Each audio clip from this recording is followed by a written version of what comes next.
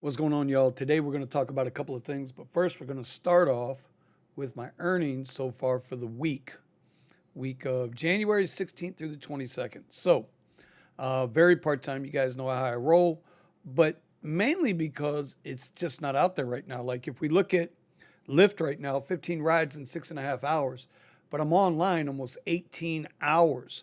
Normally, my book time is higher than 50%. It's closer to 55%. As we can see here, I'm really under. 15 rides, $407 for Lyft. If we do the math on that, we'll call it 407 divided by 6.5 utilized. This is how they want you to think, right? That number looks like fantastic, right? But that's not the reality of it. The reality of it is it's 407 divided by 18.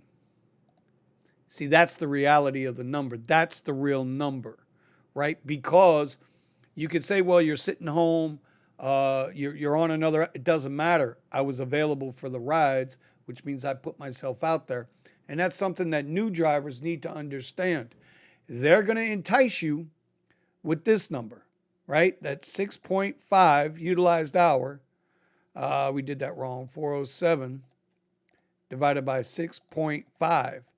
And I mean, that number looks incredible, right? $62 an hour. That would be awesome. But we know that's not the truth. Let's look over at Uber.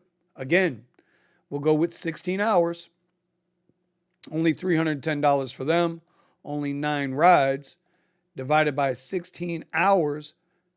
I mean, I'm under $20 an hour there. Actual time, driving time, I didn't even bother to look it up. It doesn't matter. It's irrelevant because the utilized hour is it's a propaganda scheme.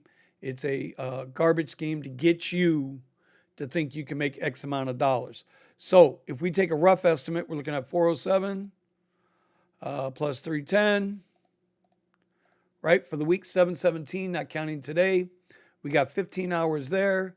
We got 18 hours there. We'll call this divided by 23 hours, $31 an hour. That's where I'm at for the week so far.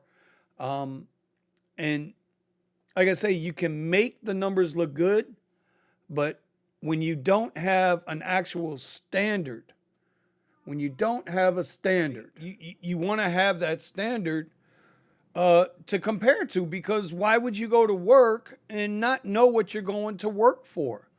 And so when we had the rate cards, right? When we had the rate cards, as you can see here with Lyft, I open this up a little bit, right?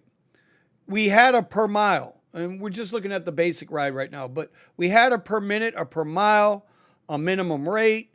Whether you agreed with it or not, you felt it was underpriced, at least you knew what you were driving for. But the way that they do things now, you have no real clue. It's like, hey, we're going to pay you what we want to pay you, what we feel like it's worth to us to pay you, and it's not a standard. And so, how do you determine, if it's worth it or not? And so, like for me, I look at the different, based on the rate cards. I do a rough estimate. This is where I come up with my Lyft Lux XL, Lux Black XL. I've got a number in my head, right? So for Lux and Lyft XL and Uber XL, because the rates are damn near the same when we had the rate cards, I know I'm looking between $1.80 and $2 a mile. That's what I'm looking for. Lux Black, I'm looking for $2.30 to $2.50 a mile. And some of those, my range has come down a little bit because we're being forced into upfront pricing. You can't opt out of it. The only thing you can do is if a ride comes in, like I had a ride the other day come in. It was a Lyft XL. It was going 20 miles and they were offering $35. It's 34 and change. And I knew there was going to be a toll involved. So they're wanting me to take something that used to pay me, a month and a half, 2 months ago, $1.90 on average a mile. Now they want me to take $1.50 a mile. Well, I know that rider's still paying the same thing. Not that that matters. The only thing I should worry about is what I'm getting paid. But if I know you're banging out the rider, and that rider is actually my client, but I don't have a say-so in how much is getting charged, then I at least want to get what's owed to me, a fair price. And right now, neither of these companies are offering fair prices consistently. There are still rides that come through based on whatever factors they're looking at, talking about the apps. But there are still rides that come through. They're paying what I feel it's worth.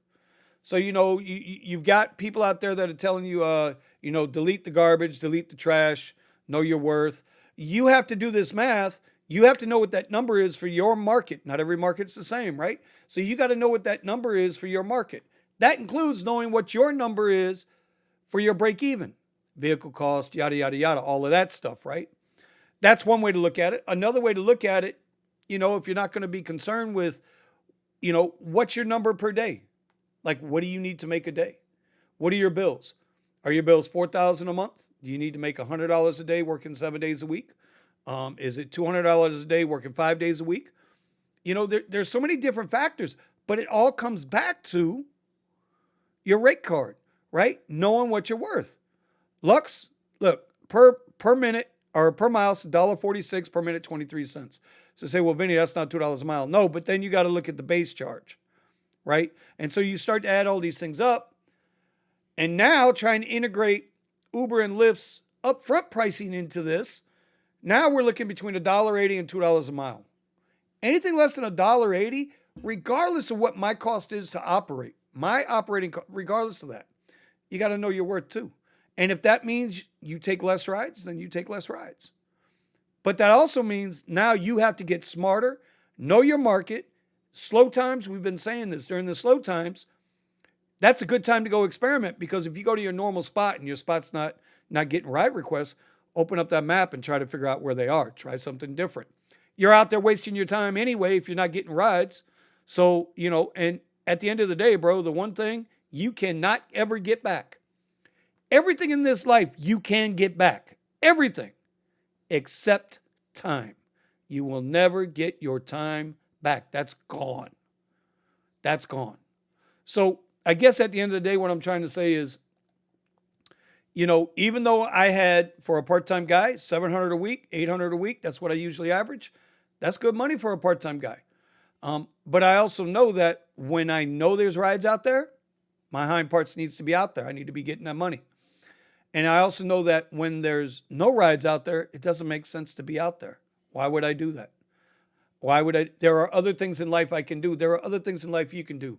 Developing other, streams of income, learning something, learning a skill, learning a trade, whether it's, this over here. And, there's always something to learn. There's always something to do. And all I'm suggesting is, because we don't know what we're driving for anymore, got to start looking at other things. Use this as a stepping stool to chase your freedom and do your thing. But at the end of the day, this isn't sustainable. Anyway, it's Vinny Cuz. Hit the comments, likes, shares, subscribes, all that good stuff down below. And we'll see you next time. Peace out.